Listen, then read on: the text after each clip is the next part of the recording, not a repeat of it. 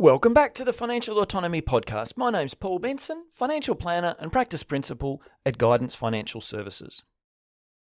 I've had several questions in the Ask an Expert column recently centred around the wisdom of converting superannuation into a pension. This conversion is generally presented as something that requires minimal thought, almost just a default action. But judging by the volume of questions I get on this topic and the complex scenarios that people face in the real world, the question of whether a superannuation account should be converted to a pension is less straightforward than it may perhaps seem. So I thought this week in the podcast I'd dive into a little bit of detail on where the standard default thinking might require some nuance.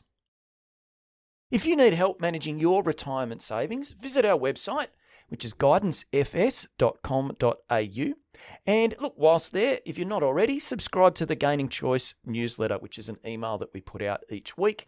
There's a spot for you to subscribe down towards the bottom of each page.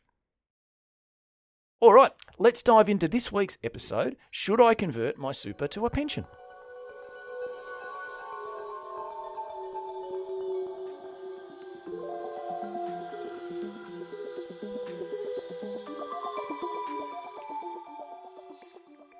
There are two primary circumstances where you may be contemplating shifting from the accumulation phase of superannuation into the pension phase. Either you're retiring and you need to generate income to replace your former wages, or you're still working but have turned 65. There is a third scenario for those between 60 and 65 years of age, which concerns transition to retirement. However, the benefits of this strategy are marginal for most people these days. So for today, I'm going to set aside that particular situation. Okay, so firstly, should I convert my super to a pension when I retire? This is the situation most people envisage when considering the move from accumulation to pension. You've retired and it's now time for superannuation to do its job. You need regular income to replace your former wage, and superannuation is the solution. For the vast majority of people then, converting to a pension at this time is absolutely the right way to go. As mentioned in the intro though, judging by the number of questions that I get around this topic, assuming that this is the right answer for everyone is overly simplistic. There is a significant portion of the population for whom it's not quite so simple. The main exception to the conventional wisdom here is for those people who have a lifetime income stream via a defined benefit super fund. Most often these are former government employees, perhaps from defence or public servants. The income being provided from their defined benefit fund is comfortably covering all their needs, and so they question the benefit of converting their lump sum super funds into another income stream that they simply don't require. It's worth flagging here that when you convert your superannuation from the accumulation phase to the pension phase, there are two primary consequences. The first is that the tax treatment on earnings and capital gains changes. Whereas there was a small amount of tax payable whilst in the accumulation phase, once you've shifted across to the pension phase, there is now no tax payable. In addition, once you're in the pension phase, you must draw out a minimum amount each year. This minimum drawing amount is a percentage of the balance, with the percentage adjusting as you age. Between age 65 and 75, for instance, the minimum drawing requirement is 5% of the balance. Shifting your accumulation superannuation savings into a tax-free environment is obviously attractive. But for people who don't require any additional income, the necessity to draw a pension often has them questioning whether this is indeed a smart move. The issue then becomes what you do with this surplus pension income if you do make the conversion. If you build it up in savings and perhaps invest it, then eventually the tax on those earnings will outweigh the savings produced by having moved your accumulation into the pension phase. Now, that will take some time, quite possibly 10 years or more, but nonetheless, it will eventually happen. If this is your expected outlook, then there is certainly an argument to be made that you would be better off leaving the funds in accumulation so that they can simply compound and grow. Sure, there will be some tax paid on the earnings, but if you have other wealth, it's probable that the tax rate within accumulation in superannuation is lower than your alternative tax options. The other attraction of leaving funds in accumulation is the simplicity. I have clients who have both a pension and an accumulation account. The pension account gives them the income that they need, whilst the accumulation account is for some sort of purpose later in life, usually either to provide for aged care needs or to leave something behind for the next generation.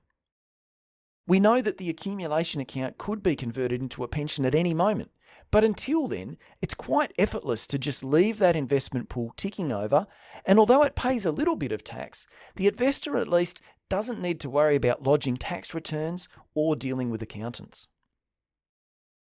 Okay, the second scenario, should I convert my super to a pension because I've turned 65?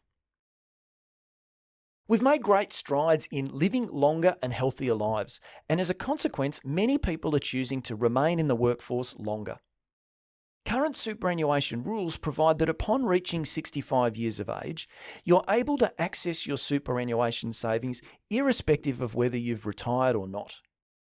This therefore leads to some questions around whether a conversion to pension should be instigated even whilst the account holder remains in the workforce earning regular income. This is a reasonably similar situation to the person with the defined benefit income stream. Again, it largely depends on what you will do with the pension income if you make that conversion. If you aren't already making maximum concessional super contributions, then perhaps this pension income might enable you to do so. And this might produce a favourable tax outcome if your wages income is beyond $45,000. You could even potentially put the funds in as an after-tax contribution, non-concessional's the jargon, if you've got the room within the various limits. Most frequently, though, I find people prefer to keep their money in accumulation and not commence a pension until they actually retire. They're usually working on into their late 60s because they want to strengthen their financial position. Often they might have suffered a bit of a setback, such as a separation or a business that didn't go to plan. Seeing money come out of superannuation goes against the whole thrust. So whilst there's a small tax differential, the desire to continue to accumulate outweighs that consideration. In both circumstances here, I've referenced the key deciding factor being what use the pension income is going to be put to. If it is the case that the superannuation savings are simply excess to your needs, then when you're gone, they'll be distributed to the beneficiaries in your will. One consideration could be then to convert to a pension and then progressively make those gifts now whilst you're still alive. In this way, you get to see the benefits that this money produces for those around you, and perhaps the impact is greater where you're passing the money on to your adult children who are trying to raise their own family. I've even had someone explain to me that the reason they make early inheritance gifts is purely out of self-interest. By doing so, their children are able to afford to live close to them, which means they can have lots of interaction with their grandchildren and have the comfort of knowing that come later in life they'll have family nearby. Something worth thinking about. Well, thanks for listening to another episode of the Financial Autonomy Podcast. I'll be back in a fortnight's time, but of course next week Nick will have another episode of the Wealth Builder Podcast for you to enjoy. Bye for now.